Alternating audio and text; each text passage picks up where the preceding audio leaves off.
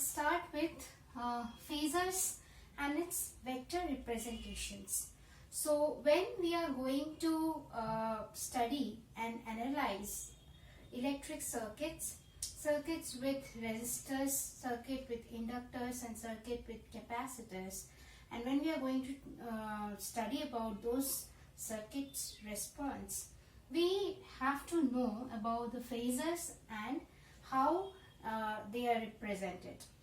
So in phasor diagrams or in phasors, we are going to talk about mainly three things. First, I am going to talk about the notation or the phasor diagrams, and then we will come to other 2 points, that is scalar quantity that is being represented in a representation and the magnitude.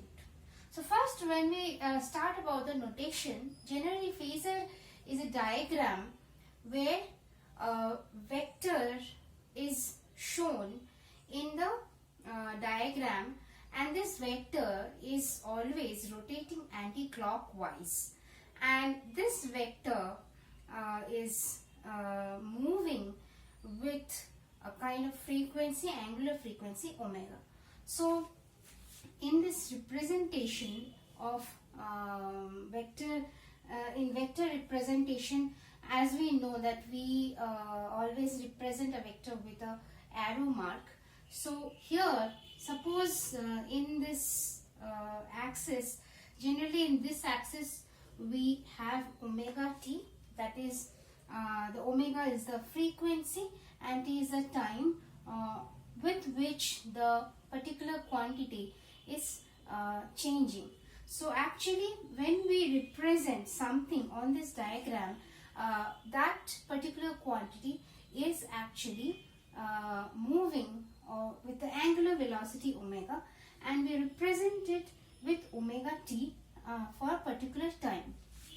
So suppose this is a particular vector, and this particular angle with this axis, we tell it as omega t, and this particular this axis would be for the vector. So this will be the magnitude of that vector. In the sense, this is a vector representation which we use for a kind of quantity which is moving with an angular velocity omega in the time t.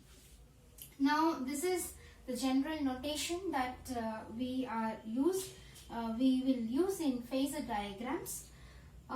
So this vectors, or this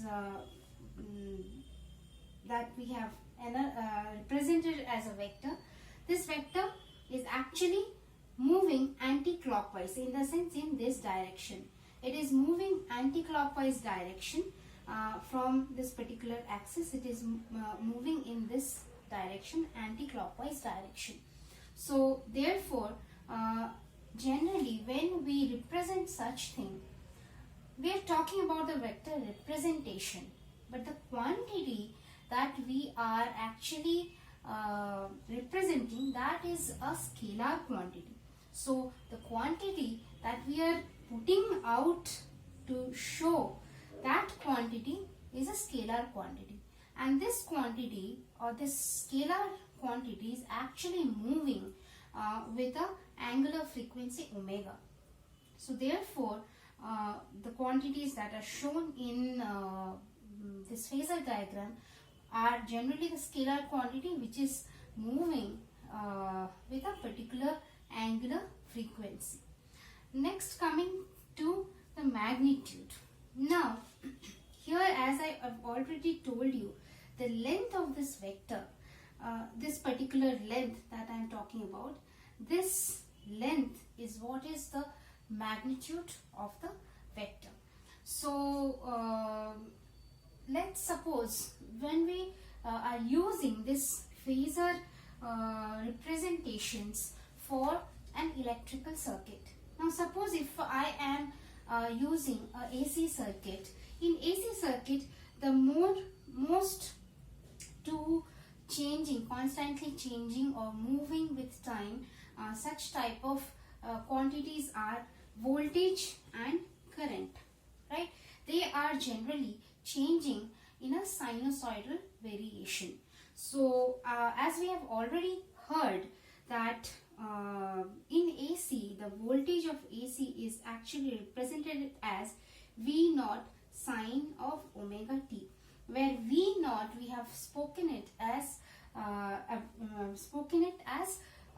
the mean the peak value, or we have also told this is the maximum value of the voltage. So therefore, when we are representing in this diagram, the magnitude of this peak value is what is the length of this vector. So I can say that this is the V naught. Another quantity that can be represented in AC is also a current. That is because current also changes with time, and this current also we know this in AC current, this is given as I naught sine omega t. So these quantities are actually changing with time, and they are changing in a sinusoidal way, and this is again the peak value or the maximum value of the current. Suppose in this case I am representing either voltage, and also I am representing, suppose I represent current also, and if voltage as well as current, they are both are in same phase, or we will see in later cases, if they are in same phase, then in this both case I can say that current as well as this is the current I naught. So current, this is I and this is V. These are the two vector representation, or otherwise we can call it a phasor representation of this quantities, voltage and AC current, AC voltage and AC current, which is put up in this particular diagram. And many cases it is very easy to analyze, rather going to a very big mathematical analysis. We can just put or represent our current as well as voltage in the phasor diagram, and we can analyze the circuits very easily. So that's how the usage of the phasor diagram is being used in AC circuits. If you like the video, then press the like button, subscribe to the channel and press the bell icon.